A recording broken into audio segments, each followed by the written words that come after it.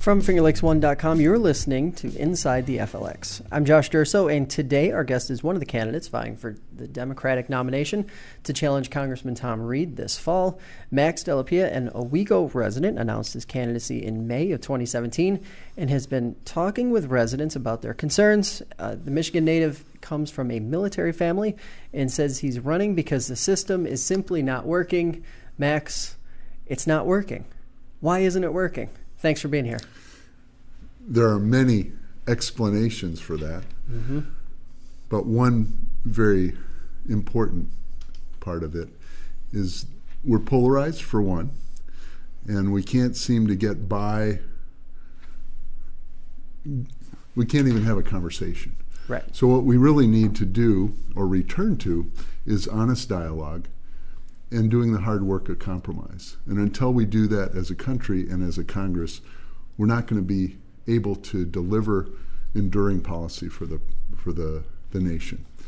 And quite frankly, special interests are really a domestic threat to the Constitution. And I took an oath when I was 17 at the Air Force Academy to support and defend the Constitution of the United States against all enemies, foreign and domestic. And special interests are driving everything in Washington, and not in a good way. So I think we need to reverse Citizens United, the Supreme Court decision that allows unlimited money from whomever to influence however they think is in their best interest, not in the best interest of the constituents in New York's 23rd District, and that's what I'm concerned about. Now, what are those three? If you had to sort of cherry pick two or three issues that you really feel are the top of the list that really have to get done. Obviously, you just mentioned one, but in general, what are a couple of the other big ones that you have been focusing on and would focus your attention on if elected? I think jobs is a huge issue for the people in this district, and quite frankly, they're so desperate for economic opportunity, they're even considering things like, let's ship 360 or 1,130 tons of garbage to our district every day, and then ramp it up to, 2,640 as we really ramp it up, and you kind of go, so you're actually you want economic opportunity so badly that you're willing to compromise or actually sacrifice our greatest legacy to our children and our grandchildren, our clean water, our clean air, a landscape that, it's more beautiful than virtually anywhere else in the world, and we're willing to actually consider compromising that to get a job. And we shouldn't be putting our people in that choice. And then healthcare is huge. I think that Medicare for all is really where we need to head. The first thing I would do, however, would be to shore up the Affordable Care Act so that we can bridge to Medicare for all. It certainly makes sense from the standpoint of commercial health insurance is like every third dollar. I mean, for every $3, $1 spent on just administration, as opposed to 3% for Medicare. And I think we could actually save money by doing that and provide care to everybody. And last but not least, I would say we need infrastructure in the worst way. And we're talking about, as a country, we're talking about building a huge wall on our southern border, and that may pay for a couple jobs short term, but it doesn't provide immediate benefit to the 23rd District. So what I would like to do, if I were trusted with the responsibility of going to Congress, is provide renewable energy jobs, green infrastructure, broadband internet across the district, things that are going to give us a present value in direct jobs at the rate of $1 billion. For every $1 billion we spend, it's 25 to 30,000 good jobs. And the studies that I review say that $2 to $3 trillion is needed to rebuild our crumbling infrastructure. So as we do that, we get present value in the form of direct jobs. The economic activity is something that will get more jobs as spin-offs from that income, and also it makes our small businesses and our workers more competitive because they have the infrastructure to support them. Now, how surprised were you when you first heard about the incinerator? Obviously, here in Seneca County, the Circular Energy proposed incinerator has been making the biggest headlines environmentally over the last. But there are a bunch of, you have a landfill, you have another gas storage project at the southern end of Seneca Lake, several different pieces there. But how surprised were you when you heard about the incinerator project of all of them?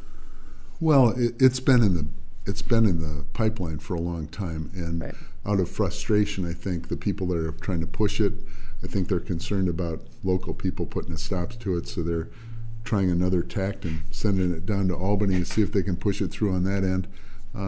It's garbage from New York City is a real issue, and there needs to be some solutions to it. And I think there are win-win solutions for that waste issue, and I could go into those, but they're kind of taking us a little bit in a different direction. But do you have a particular question regarding? Well, it was mainly the reaction I was curious about, because a lot of people around here were surprised when they first heard about it. But if you look at the density of the clustering that New York State seems to be pushing towards in this particular DEC region, it seems like there is a connected trend where these types of projects aren't necessarily popping up here just by accident. That said, let's sort of push out into another topic. Over the last several weeks and months, the forums that have been held, a lot of great issues have been brought up, a lot of interesting topics have been discussed, a lot of broad issues. The number one question every time I've left one of those has been from those who haven't attended, well, are they going to be able to reach the middle voters, or even some of the voters that are leaning on the right side? Because obviously Democrats have a large disadvantage by the numbers. So what do you think you bring to the table that can loop in some of those undecideds? That's a really excellent question, because if we're not able to do that, we can't be successful in unseating our current representative. So as I go door to door and I talk to people, or I'm walking down the street and I shake hands and I hand them a card and say, I'm running for Congress, I'd be honored by your support. They say, are you a Republican or a Democrat? And I go, I'm running as a Democrat. And they turn their head and they hand me back my card like it's something. Anyway, you get the picture. And I say, so they say, I'm a Republican. I go, now wait a second. I spent over 30 years of my life serving this country, defending your family and mine. Isn't it about time we start looking for solutions as Americans? And they go, you're right.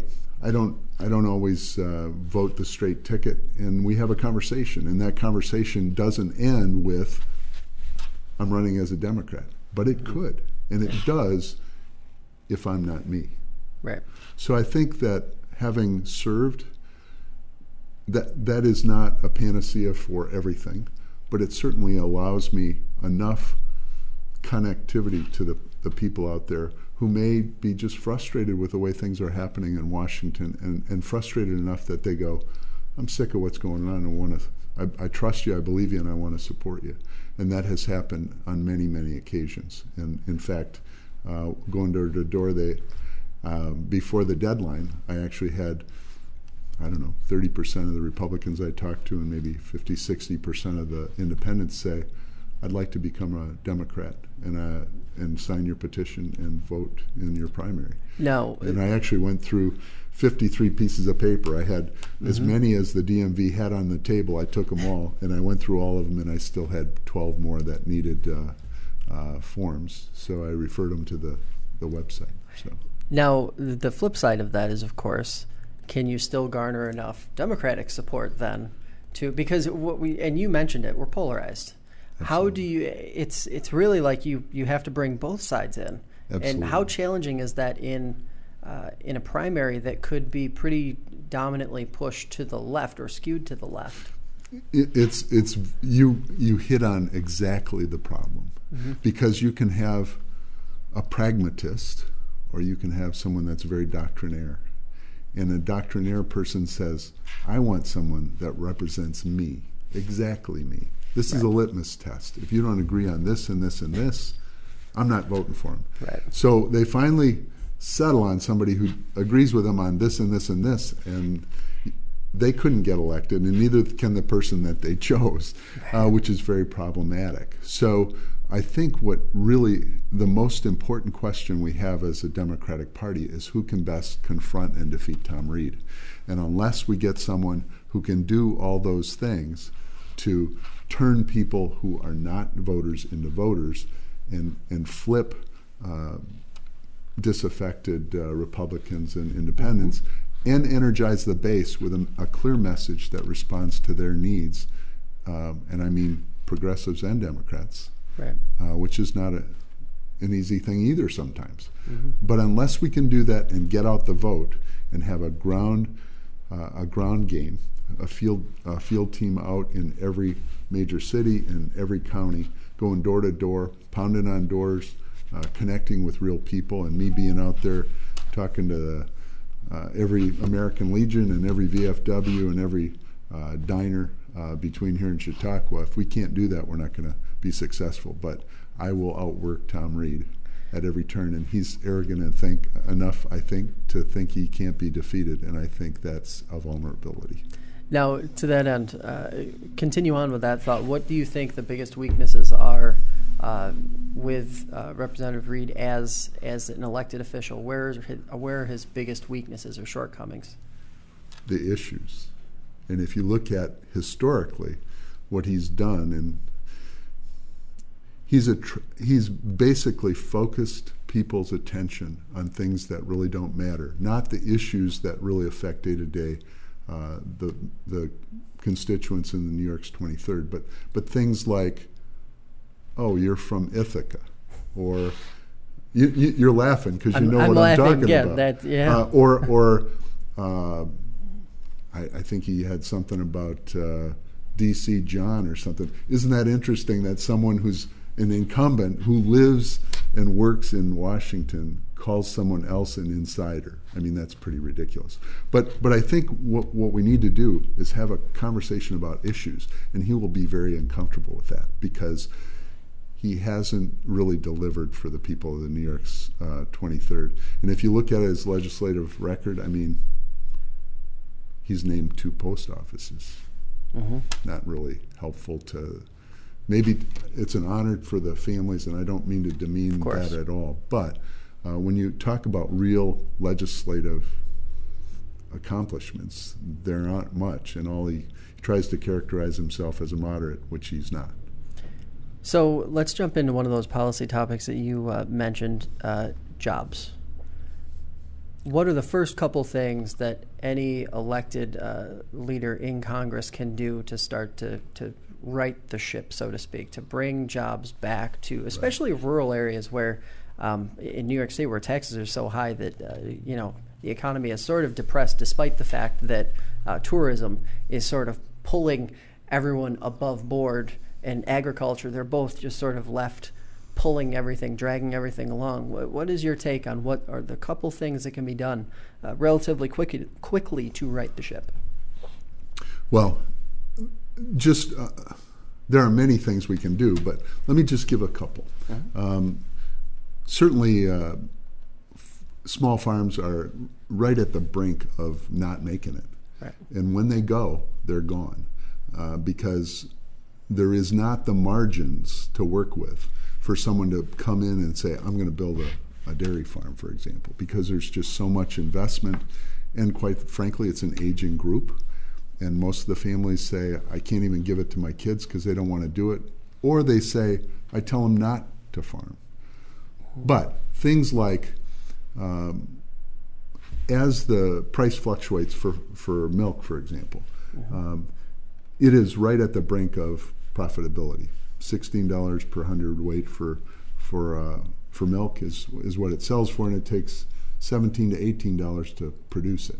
So what can we do as it fluctuates to actually give farmers an opportunity to use a good year to make their future better? And that would be to allow them to write off in a single year a single piece of equipment up to $1 million. That would give them a tool, It's not a panacea, but it would be a tool that they could use immediately. We also need to provide farmers with a streamlined and consistent and uninterrupted labor pool.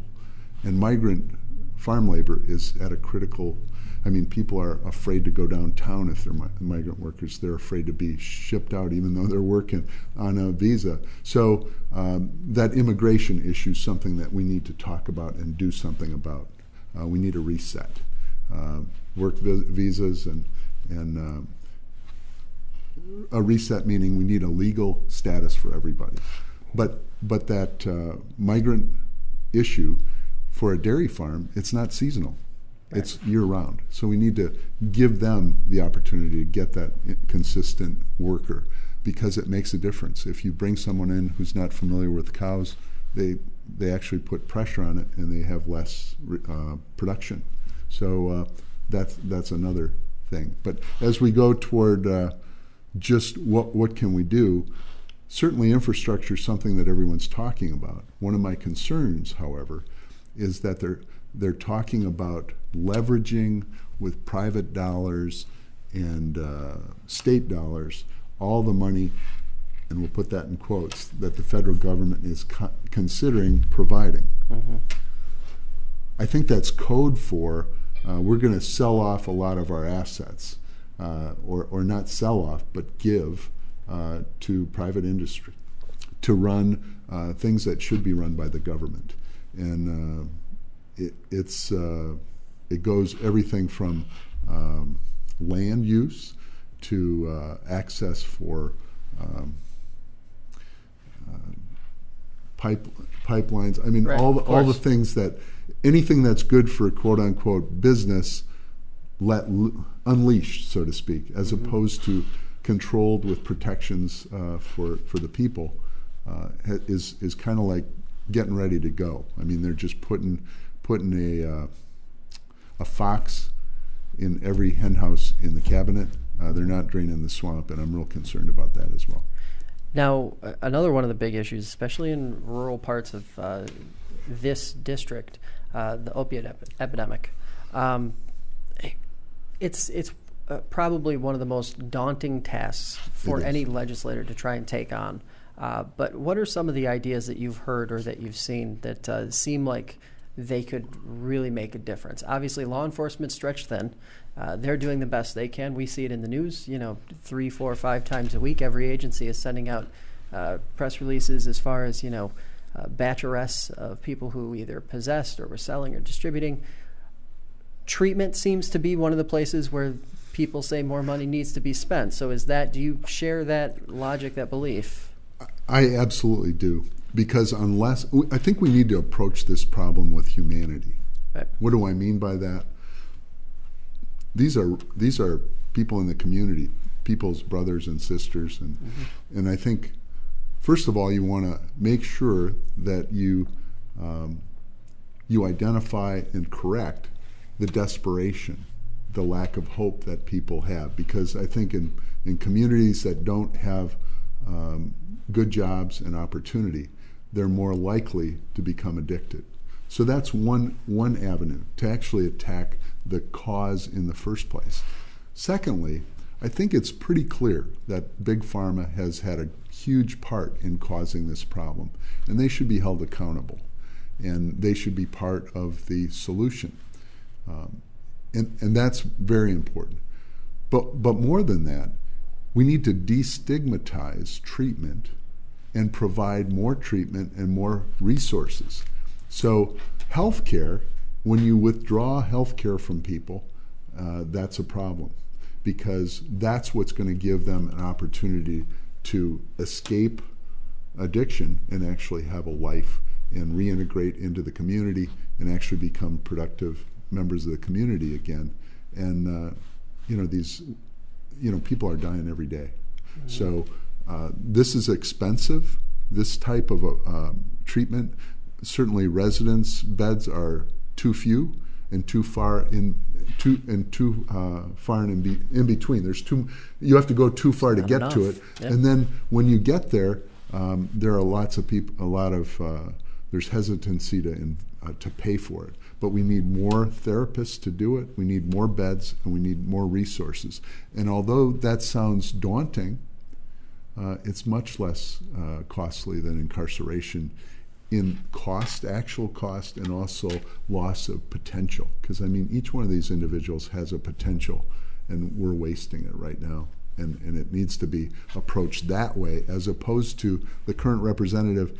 He took a completely different worldview and said, if anybody laces their heroin with fentanyl and results in a death, then we should execute that person. And I would prefer to provide folks treatment and get them help so that they don't die in the first place. Right.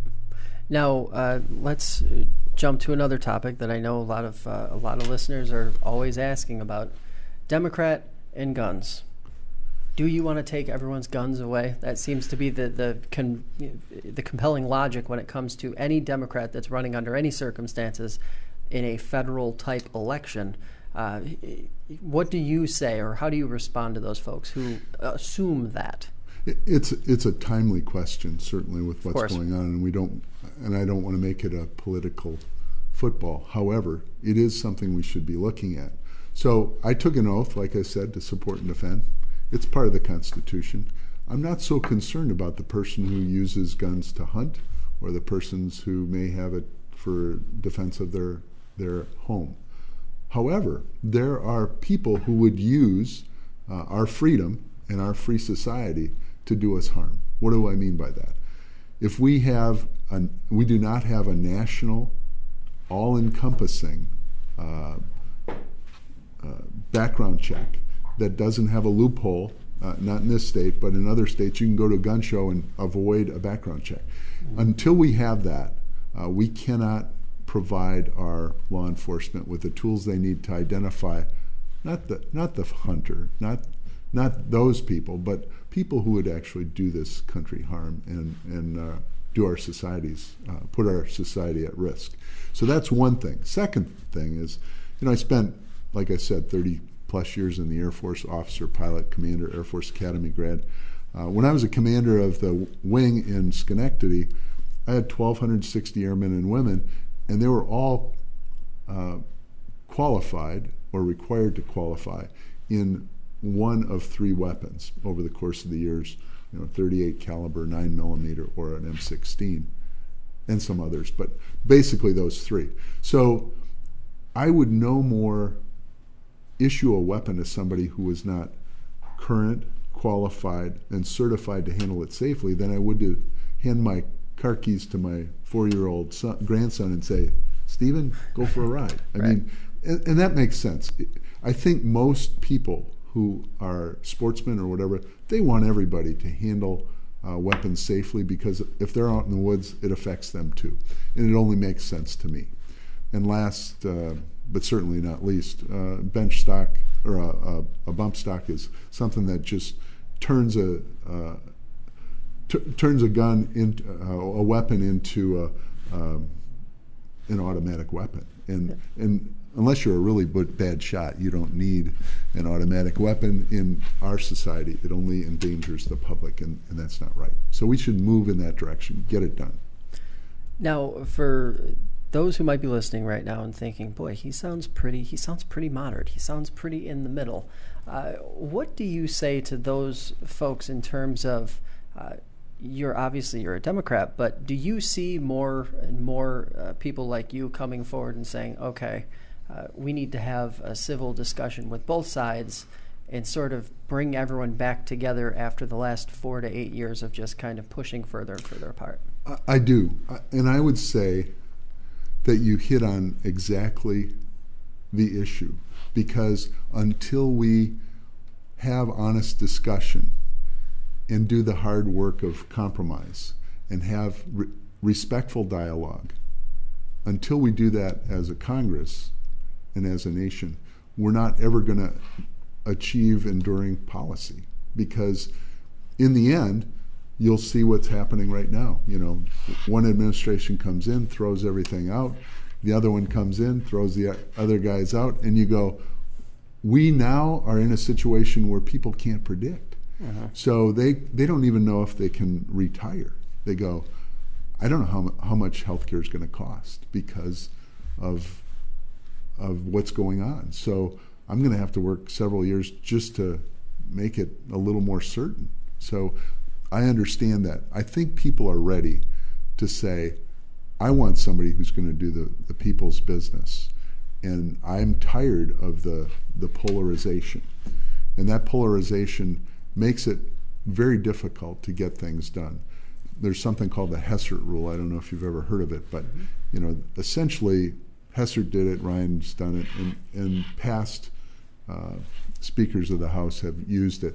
And they won't bring it to the floor unless they have all the votes they need to control it, make sure that it doesn't get out of hand. And that's not how we get legislation balanced. I mean, certainly neither party gets everything they want if we're doing legislation by compromise and dialogue. But certainly we come out with something that we both have a vested interest in, and we can look at it as something that we shared in creating, and we can move the country forward. And that's what I'm involved, and that's what I'd like to be involved in doing. Are you the best candidate for the job? I'll put you right on the spot. Absolutely, I do believe that. In fact, if I didn't, I would just withdraw and I'd back the person 100%. And the reason I say that is because I guess three things. I didn't really talk about my background much, but if you just go through it real quickly, 30 plus years in the Air Force as a leader and a team builder, officer, pilot, commander, Air Force Academy grad. I was also in the private sector, former attorney, litigator, defense attorney, owned my own practice and worked for Lockheed Martin in business development. I also was a Brookings Fellow, mid-career Air Force, for Carl Levin, senior senator from Michigan, for a year on his personal staff, and then I worked for the Secretary and Chief of Staff of the Air Force. So you'd say, well, okay, that's your resume. Why does that matter? And the reason it matters is because I can continue a conversation that would otherwise end, and we talked about that. And that's important to connect across the district because there are a lot of conservative rural voters out there that may not look at life the same way they do in Tompkins County. Secondly, if the people honor me and trust me with their vote and send me to Washington, I know I can be effective on that very first day as their congressman. Somebody who's not a politician. And I think that's pretty obvious after you talk to me for a while. I don't think we need another politician. I think we need a public servant that is going to fight for us and for our best interest, not special interest. And that's what I've been my whole life, is a public servant. I'm also going to be able to be a leader in that freshman class if I'm allowed, and you send me there, you as in voters from the district. And last but not least, I think if we want change in Washington, it's got to start with the kind of people we send. And if they're not motivated and guided by core values of integrity first and service before self, we're just going to get more of the same. And quite frankly, we can't afford more of the same. We need to move briskly in a direction where we work together to do the people's work. And that's what I'd like to do. Well, I really appreciate you coming in today. It's really refreshing talking to you, hearing this perspective, because it isn't the norm, unfortunately, and it sounds like the Democrats have some really good candidates, including yourself, on the docket this time around. Thanks for coming in, and I'm sure we'll be talking to you again. I'm looking forward to it, Josh, and thank you for the opportunity. Very grateful. Well, that's going to do it for us today. I'd like to thank Max, our listeners, and of course, FingerLakes1.com for making this podcast possible. Inside the FLX airs Sundays at 7 p.m. on Spectrum, channel 1304. It is available on iTunes, Stitcher, and the FingerLakes1.com app. Thanks for listening, and we will catch you next time.